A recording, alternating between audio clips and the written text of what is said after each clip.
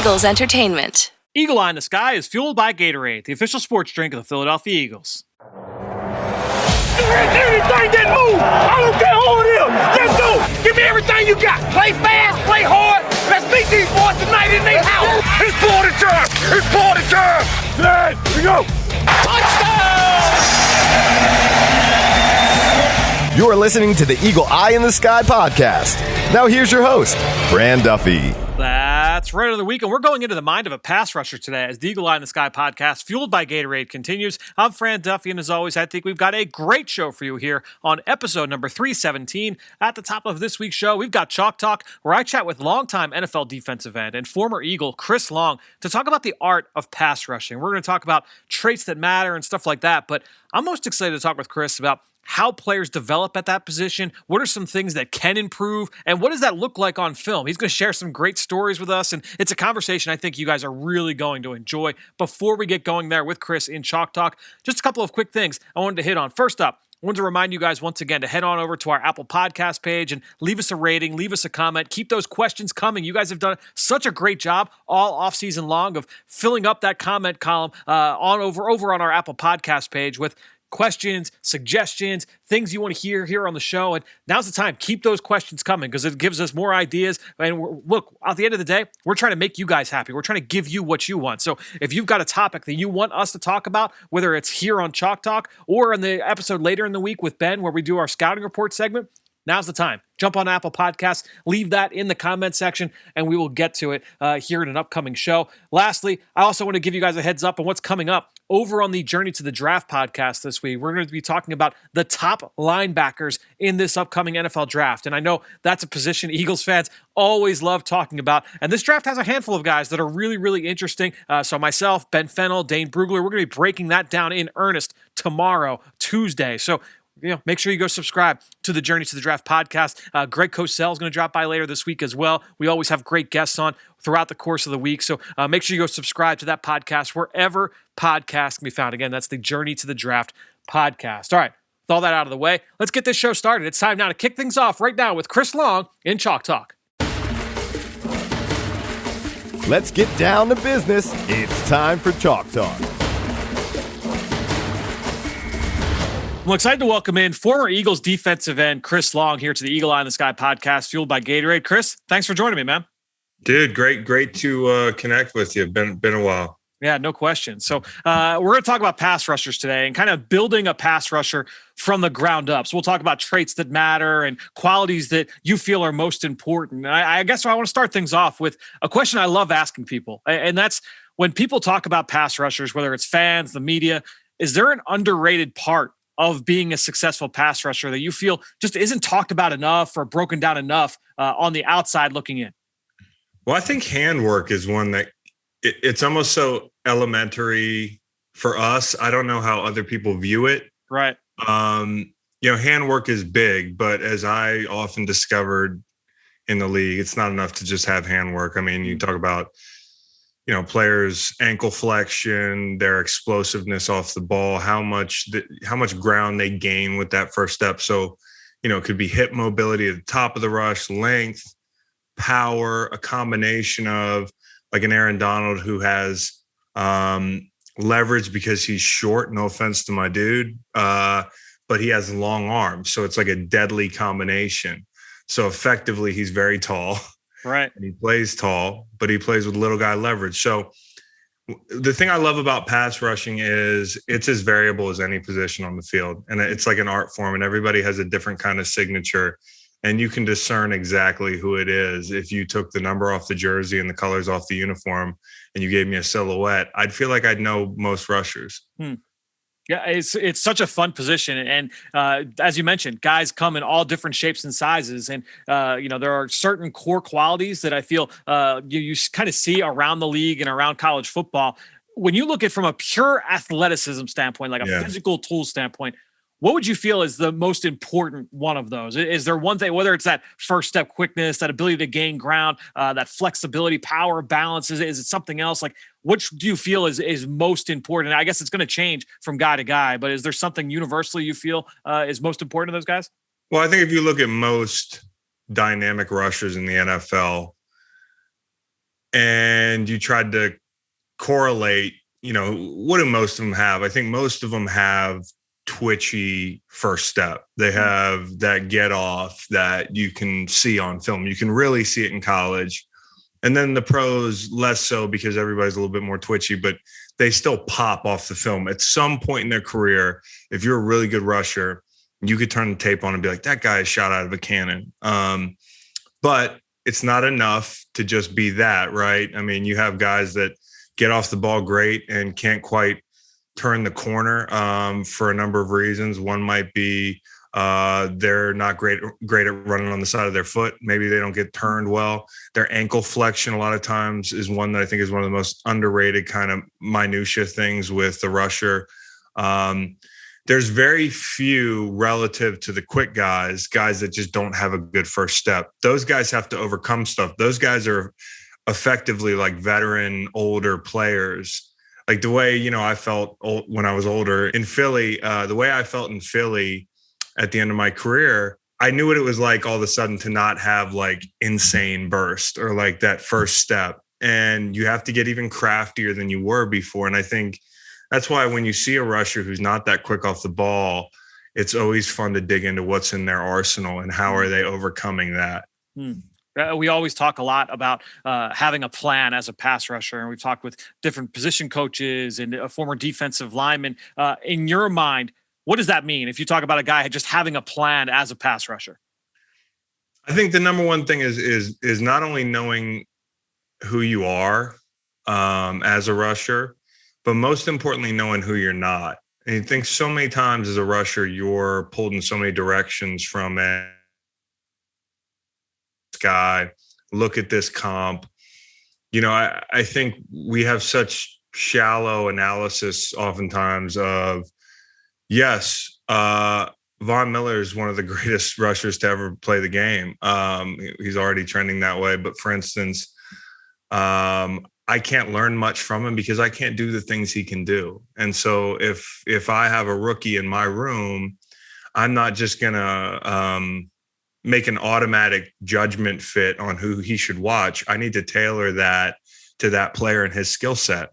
And oftentimes it's not that simple, because I think one of the biggest things that annoys the hell out of me and always annoyed me was the bad comparisons between rushers just because they're the same size or sometimes the same color. If you're a white guy, for like 10 years there, it was Kearney, it was Campman, and then it was me. And now it's Nick Bosa gets to get all those comparisons, and Joey and those guys. So I just think so often we just look at a guy, the shape of the guy, the height of the guy, and we say, this guy is going to rush like, that guy because they look the same to me. And that's not the case. And so I think one of the biggest things we do is we try to force feed kids, like, do it like this guy.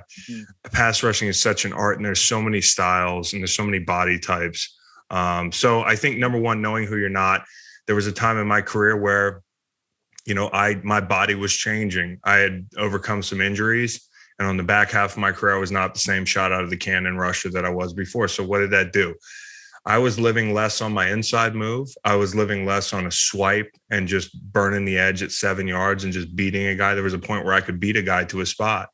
But after a few injuries and some years, you start to evaluate, okay, who am I? I'm not that guy anymore, and that could hurt my ego. But what's going to really hurt is if I can't rush anymore because I'm too stubborn. So I need to change the way I rush and the tools that I use.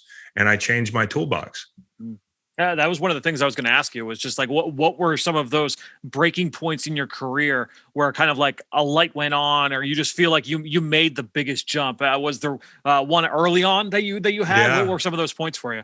There were those aha moments all through, my career. And I'm sure if you asked any rusher, coming out of Virginia, I was a high pick. And I was twitchy. I was all that stuff, but I didn't know what the hell I was doing in a 4.3 because I was like really a 3.4 rusher. And then I'd get out on the edge and sub. But in college, if you're not drilling true, like first and second down pass rush every day, you might have some natural instincts, but you're not going to have certain mechanisms when you get to the league that are going to help you turn your hips or finish a rush. So when I got to camp, I was twitchy, I was explosive, but, I didn't have like a move to get the edge against pro competition. And so Leonard Little, and I had some great vets in my room, Leroy Glover, Leonard Little, James Hall, I had Fred Robbins early on too. Those guys all kind of took me under their wing and showed me different moves that, could help. And it was one of those things where it was like, try this, try that. Well, Leonard Little taught me or emphasized to me that I think a way for you to get the edge and to get around the tackle's upfield shoulder is going to be to try the side scissors, which is basically a swipe. Yep. You might see BG do it. BG does it and like he'll swipe for both hands at the same time. So he'll swipe the inside and the outside hand. Like I was a guy who liked to swipe the outside hand. And I believe that because I could get the upfield shoulder. And if you can get the upfield shoulder, there might be no point into crossing back over a guy's midpoint and trying to get the inside hand. So long story short, that taught me how to turn my hips. And it was that one teachable moment that was like, aha, okay, if I do this, now I have a bunch of counters off this. If I can not only scare people with my quickness and they also respect my ability to get the edge and keep it, then I have counters. And so it all kind of went from there. And then when I was older, and I was slowing down, I stopped getting the upfield shoulder as much. So I had to get to my counters differently. Like, so I had a nice spin move. But I used to do it off a chop. So I get up to the upfield shoulder and I chop and try to go almost shoulder to shoulder, almost like I was playing tag with the guy's shoulder, with my shoulder, lean in, make it look like I'm dipping. And then, obviously my outside leg, the left leg is going to trail around and kind of pirouette and I pin him.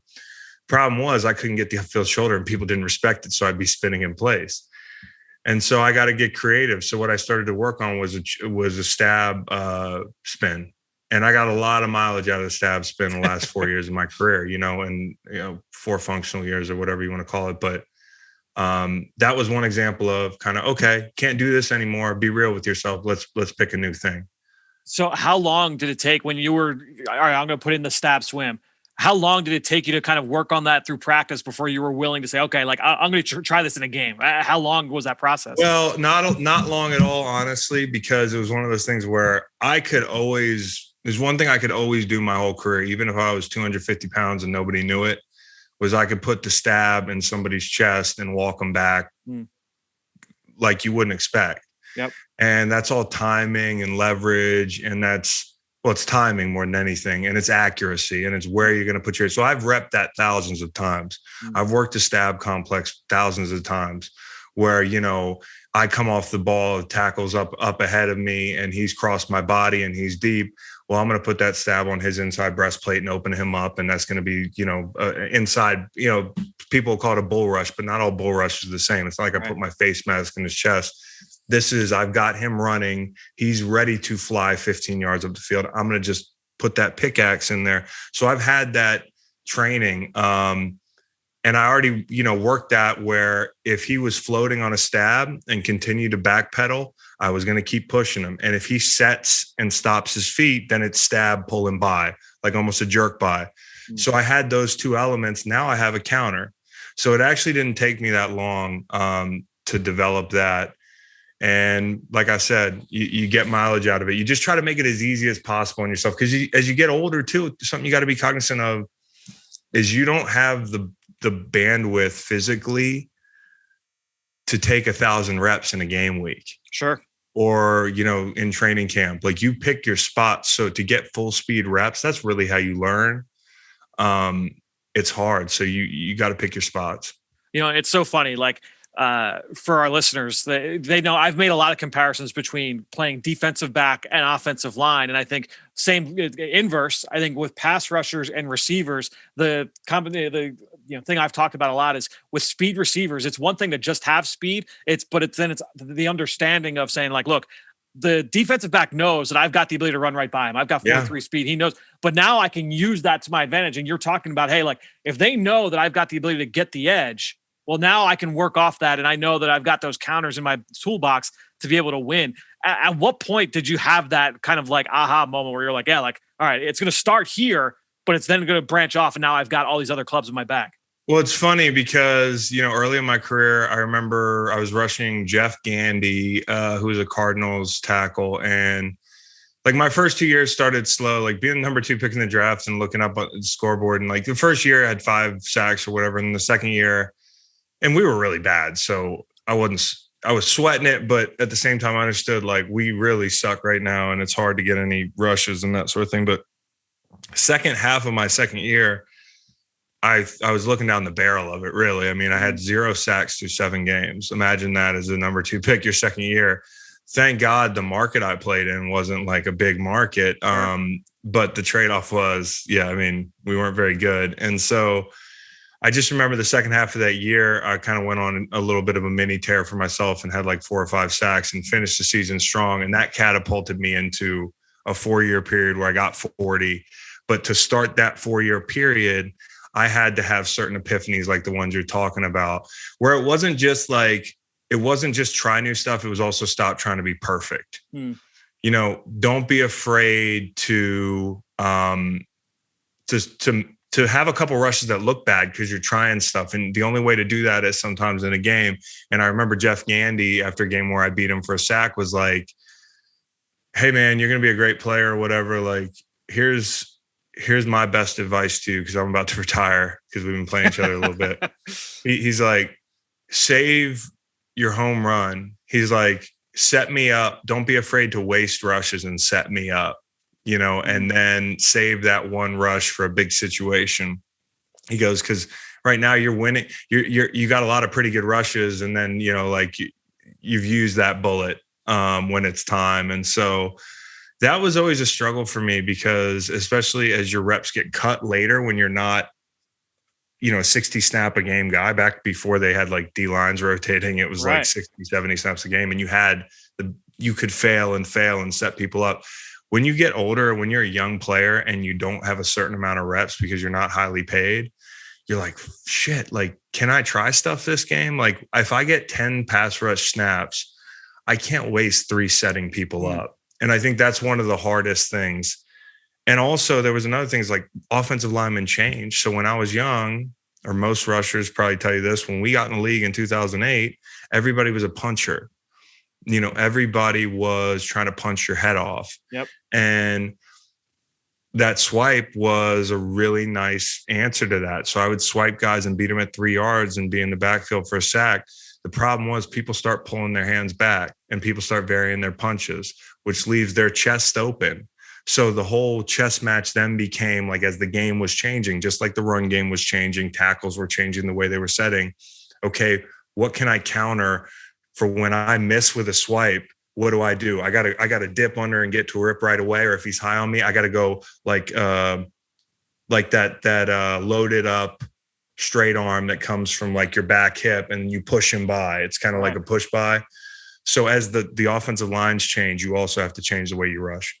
Is that something that you kind of partake on some of those younger guys? Like if you look back, you know, to the later stages of your career, what was that process like for you in terms of trying to coach up young guys in the room? I loved it, man. I loved it. You know, I would love to coach if it weren't for the hours and not being able to live right where I want to live, which is home. But I mean, I took pride. I think there's certain parts of leadership that are like, you see it, all the fans see it, you know, like you walk out to the 50-yard line, you fire the team up. And certainly like, you know, we all had we broke down the huddle and that sort of thing. But like the part of leadership that I would be most proud of is if you ask young players what kind of a vet I was to them, I would hope they would say that I was somebody that looked out for them and somebody that, because I was literally in that chair, and I was in that chair as this high draft pick who was quite frankly, like ready to do whatever it took, but nervous about maybe I don't know everything. And what if my coach doesn't know? Because position coaches aren't always right. You know, that's the thing. Like we assume always that NFL coaches are infallible because they have a job as an NFL position coach. That is not true, especially in some positions like D-line. And so like maybe that kid's not getting his question answered. And I can see that kid like frustrated because the coach is frustrated. He's pissed off. He's been in meetings for 16 hours. He doesn't have time to answer your stupid little question. You're a kid who's probably going to be cut after camp. Like, so down to that kid, like I think veterans should take care of that kid because the coach doesn't have the bandwidth or the patience or sometimes the knowledge. And so being older players, you have a responsibility to give everybody a fair shot. And that is like coach them up sometimes. Over the course of your career and you're dealing with young players as they're coming in and you're coaching those guys up, is there an area like overall, and all guys are different in terms of how they were coached when they were in college, but is there one area where like, all right, like I know when a guy comes in for the first time, he's going to have to get better in this area, that area, that area. Is there like a consistent theme there? I would say hands, honestly. Yeah. You asked me off the top what the most underrated thing is, and somehow it's become hands. And I'm not talking about like going and doing like karate and MMA. Like that stuff's good. That's hand-eye. But unless you're sprinting while you're working those hands, like it's just not the same thing. And it can certainly help. But I don't think there's any substitute for real football handwork coaching. And I think it's easy to imitate real football handwork coaching. I think one of the easiest things you could imitate is like a drill that looks like we're working. And the head coach is looking over and the guys are just violent with their hands. And they're just like, I've done drill after drill that I was like, and so that college coaches aren't necessarily always and there's some great coaches, don't get me wrong. And I'm not saying I could do it any better, but I'm just saying like college players that are coming to the pros need to work on their hands. And a lot of times you take them out for the first time and I'm talking about hands in the run game, which should be elementary. We've sat here and talked about pass rush because, and I don't know what it's going to be like in 5-10 years, but a defensive end in my position, if you could just not play the run, like you can't be a true defensive end. Like you're a backer, you're something else. And so one of the biggest things about stopping the run is your hand placement. And if you can be incredibly accurate with those two hands and they're right in the breastplate, you're always going to have a chance. But guys come in and we got to do stuff like we've had to do with younger guys before, like put one of those weight room ankle bands around a dude's arms. Like Joe Osman used to want to work on this. And so Joe Osman would work his ass off after practice. He'd come out with that green band and put it around his hands because like, he knew that if he improved his hand placement as a smaller guy, he was always going to have a chance. And so like, there are tricks to trade, but like young guys like a Joe Osman who really want to get it done, they got to make the effort. So you mentioned Joe Osman there. I want to ask you about Josh Sweat, another young Eagles defensive end that you got a chance to overlap with as well. What have you seen from Josh over the course of his career? Because I have found his development to be really intriguing. What have you seen from him early, and what have you seen from him since you left the NovaCare complex?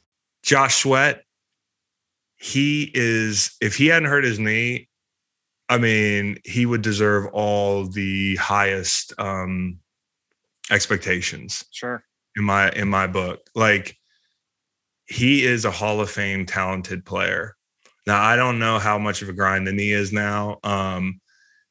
He was kind of working through it early on, but you could see right away that you were like, if this kid ever figures it out, everybody on this field's in trouble. And like, he's just that gifted. And it's exciting to see him kind of learn to use it on the field on game day, because there is a big difference. He was whipping people in practice, right? Now he's got to take it to the game. Yeah, he's a guy like you talked about, just trying to build off of that initial rush and like watching him develop from year 1 to year 2 to year 3 with like that long arm move. And then he'd go like the stab, swat, dip move. And he's working some different counters off of that one go-to, which has just been cool to be able to watch a guy who comes in. He was a 4th round pick, but continue to just kind of build off of, success from year 2 to year 3. He'd have been a top 5 for sure. Yep. If he didn't hurt his knee. And you said it correctly, like, if you can get a guy who's that long and that quick and that fast and bends that well to understand the stab complex and like use it, and he's trying to be really violent. If you notice, like Josh Sweat, he's worked really hard on being violent with that arm that comes down on the arm that responds to the stab, like that outside arm. Like, I love seeing how violent he's trying to be with his hands. And I mean, another really good kid too. So they've done it. I know that people have criticized Derek, and I know that people probably want to see Josh play more. But they did a pretty good job with Derek Barnett. The thing they couldn't control is his durability. Now that's their homework to do. But as far as a healthy Derek Barnett, to me, is a guy you want on your team. You talk about defending the run, and we're at that time of year getting ready for the NFL draft and player acquisition, all that stuff where the term 3-down player gets thrown around all the time, especially for along the defensive line. Oh, this guy can be a 3-down guy. He can't be a 3-down guy. in your mind, what does that mean? Honestly, like you even talked about it, like with all the rotating now on defensive lines across the league, like does that even matter? Like at this point, how do you kind of view that topic? Man, just the romantic side of me of like just defensive end play, like there's always a value to having a guy that can kick your ass 3 plays in a row. Yep. And that's Joey Bosa and that's Cam Jordan. It's Myles Garrett too. Myles is ascending, and I might be leaving, Bradley Chubb. There's just, when I see a guy who's truly like a guy who can play, I think the number one thing is, can you play a base block? If you can't play a base block, like tackle blocks out, and you can't just play it without skating 3-4 yards. And I'm talking about like the ball's in the B gap, not stretch action, then we got a problem. You really want to be able to, if you want to be a 3-down player, be really adept at playing the tight end too, which is tricky. I think coaches always do this. They're like, if that tight end blocks you, you should be ashamed. Like, yeah, there's something to that, but the angle's different. It's not the same as, taking on a block from the tackle. The angle's a little different. The guys are a little better with their hands. Maybe because you're further away from the ball, they can use angles a little bit more. If you can play a 6 technique, if you can play a tight 9, and 6 technique's the toughest one. Not a lot of guys play over really well anymore. Explain that. Explain a 6 technique just for the listeners at home. So like over defense, we played a lot in St. Louis early in Spagnuolo's defense. Spags is like that New York Giants front where tight end is outside the tackle. Generally you're in a 5 technique with no tight end, which is you're right outside the tackle. Tight end comes over or comes out of the formation. And if it's over, you're in a 6 technique, which is head up to inside eye of that tight end.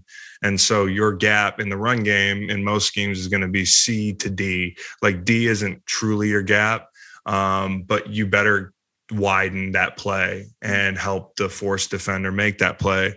And you better help on the inside shoulder of a tackle if it goes off tight end. A 9 technique is obviously when you hear about like Jim Schwartz's scheme where guys are just running around. I think over defense is a nice wrinkle to have if you want to be a 4-3 defensive end. And the guys I mentioned, they can all do that. They can, and some guys can reduce down to like a 4-eye. We used to play in a 4-eye in St. Louis under Greg Williams, and like a tarantula defense is what we called it. So I think it's just cool when a guy can do a lot of different stuff. And we came up in a time where that was a little bit more normal.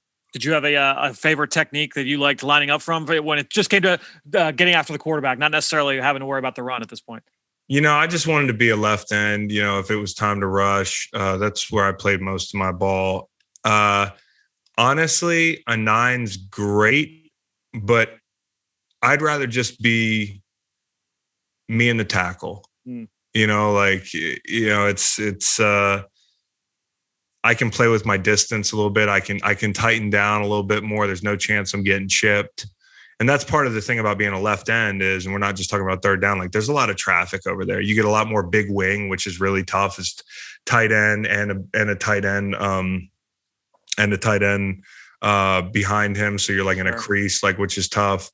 Those are all really tough techniques that you don't have to play on the right as much. So I would just say simple 5 technique, me and the tackle, man, left side. It's A to B or as close as possible to the offensive or to the quarterback outside the tackle. I know you're a big college football guy, so you're watching college football. You're watching a good pass rusher, a team with a great pass rusher. You talked about a few things. You do your ability to hold the point of attack on a base block, but are there non-negotiables for you where you watch a guy and you're like, yeah, this guy's going to have a lot of trouble playing in the league, at least early on, if he doesn't have this one thing?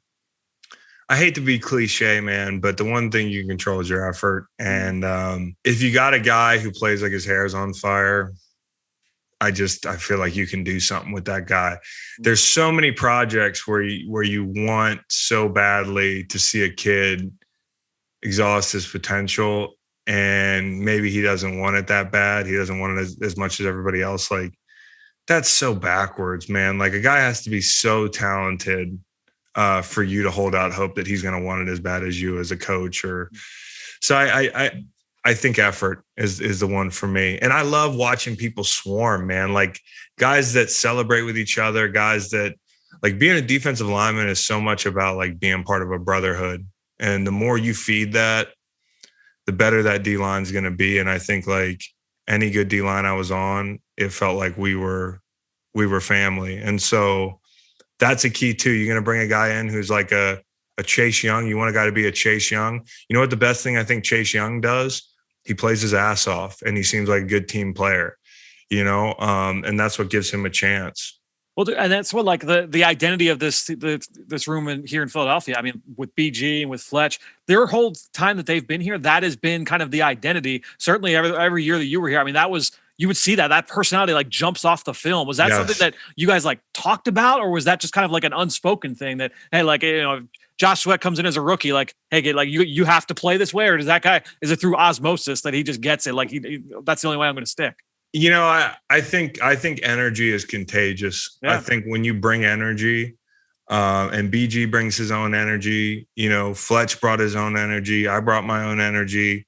You know, even guys like Bo on that run brought a certain energy to that room that you can't, it's really hard to describe, man. It was just, to be on a defensive line that people fear in any capacity is really fun. It's just a fun thing, man. Like you crash people's party, you laugh doing it. And you do everything together. You try to, ideally. And that's hard at the pro level because everybody's got families and different things they're up to. But the more you can do off the field, when you're in a room that really loves each other, you stay late. Like you just sit around in the D-line room when it's time to go. And you don't even have to be doing stuff. Like in St. Louis, we used to sit in there for an hour and a half after meetings, not watching a single shred of film. And when I say that after the game we got finished on Sunday night, we all went out and we all hung out. And we were young enough to do it at that time. Sure. But like, that's the key, you know, and after losses, we all went out. We all hung out, you know, like we were sunny days, bad days. We were tight. And not even to mention just from an on-field standpoint. I mean, I just did a segment a couple weeks ago where we watched all the sacks for Aaron Donald, TJ Watt, and Trey Hendrickson, the guys that led the league in sacks this year. And two of those three guys, it's not that Donald didn't play with sacks, but with Hendrickson and Watt, I mean, so many of their sacks came from just pure effort and hustle. Like, you know, yes. that 1-2, you're going to get more production when you play that way as well. Exactly. I mean, like if you don't listen, and here's the thing about sacks. Sacks are definitely the thing that gets you paid. It's like a stubborn benchmark for any rusher that just won't go away. Listen, I had 70 in my career and they were not all my best rushes. Right. Yep. Your best rushes usually are long foul balls. Like your best rushes, and this is one thing about being a rusher and in so many ways, like has a lot to do with being any position on a football field. You don't control every ounce of your destiny in a play. Like the coverage behind you, the tackle, is he going to do a good job pushing the pockets? The quarterback can't step up to 4.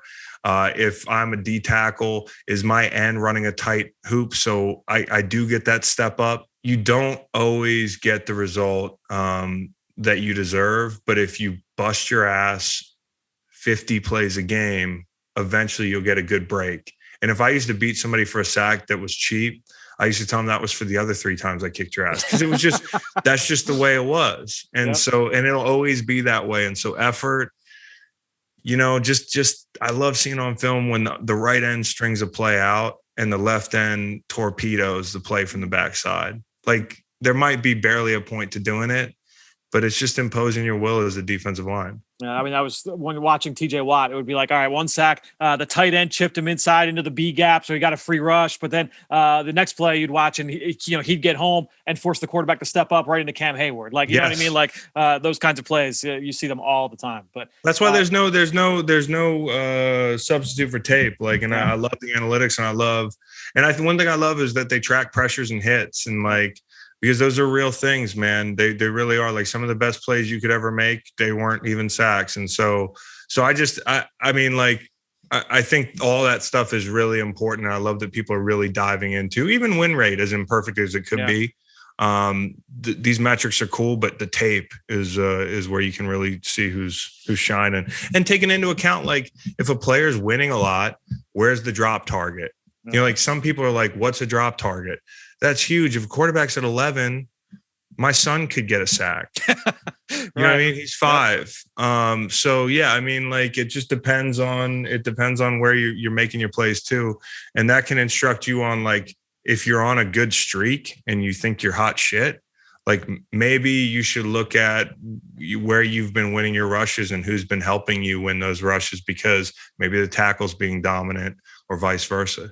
There's a reason why Tom Brady is like never sacked, and why his offensive line metrics are always super, super high. It's because he stays within that 3-foot boxing ring right behind. You know where he's going to be. It's working it's working on one accord. No doubt. It's working on one accord, and that's why it can be frustrating that's why, like, a guy like Russell Wilson, who you hate playing because you know he's going to pull something out of his ass in the fourth quarter and beat you, but he's going to make you money too, because he's going to bounce around to try to make those plays. And so, you know, there's always a nuance when it comes to people getting home or not getting home. No doubt. Well, Chris, you've been awesome with your time. Really, really appreciate you joining us here to talk through pass rushers here on the Eagle Eye in the Sky podcast, fueled by Gatorade. Stay safe, stay healthy. We'll talk to you again soon, man. Good to see you, Fran. Great stuff from Chris. You could follow on Twitter just like I do at Joel91. And while you're at it, I'm at EaglesXOs. That's where I post all the podcasts I'm a part of and all of our X's and O's content that we produce here with Eagles Entertainment. You know how much I appreciate everybody that promotes this podcast on social media. That's one way to support the show, but the best way is to go into Apple Podcasts or Stitcher, leave us a rating and leave us a comment. I want to give a shout out today to someone who did just that. Coach 48 left a 5-star review saying, really enjoy you and Coach Billick going back and forth on the history of his playbook. Coach, thanks so much for listening to the episode last week with Brian Billick. I really, really enjoyed it. I'm glad that you guys did as well. We got several great comments on Apple Podcasts just about that show in particular last week, and really appreciate you all throwing us your support. That was a really fun one to do. I've got some other ideas of some other ones we're going to hit here in the next few weeks, but hope you guys enjoyed this conversation here today with Chris. Hope you enjoyed that one last week with Coach Billick. If you haven't already, make sure you go back. It's right on our feed. You can go back and listen to that one as well. Thanks so much to Coach 48 and all of you out there for your continued support of this show and all the rest of our podcasts here at Eagles Entertainment. That being said, I think that'll do it. Another show in the books here on the Eagle Eye in the Sky podcast, fueled by Gatorade. For everybody here at the Duffy House, I'm Fran Duffy. We'll talk to you later this week. In just over 3 years, Eagles Autism Foundation has raised millions of dollars for autism research and care. But this is about so much more than just fundraising. This is about making a transformational difference in the lives of those affected by autism. This is about bringing our community together. With inclusive, sensory-friendly events and accessible resources, we meet families where they need us most and where we can serve them best. Together, we're united in our mission to improve the lives of the autism community and to turn awareness into action. It's what we focus on every day in every way.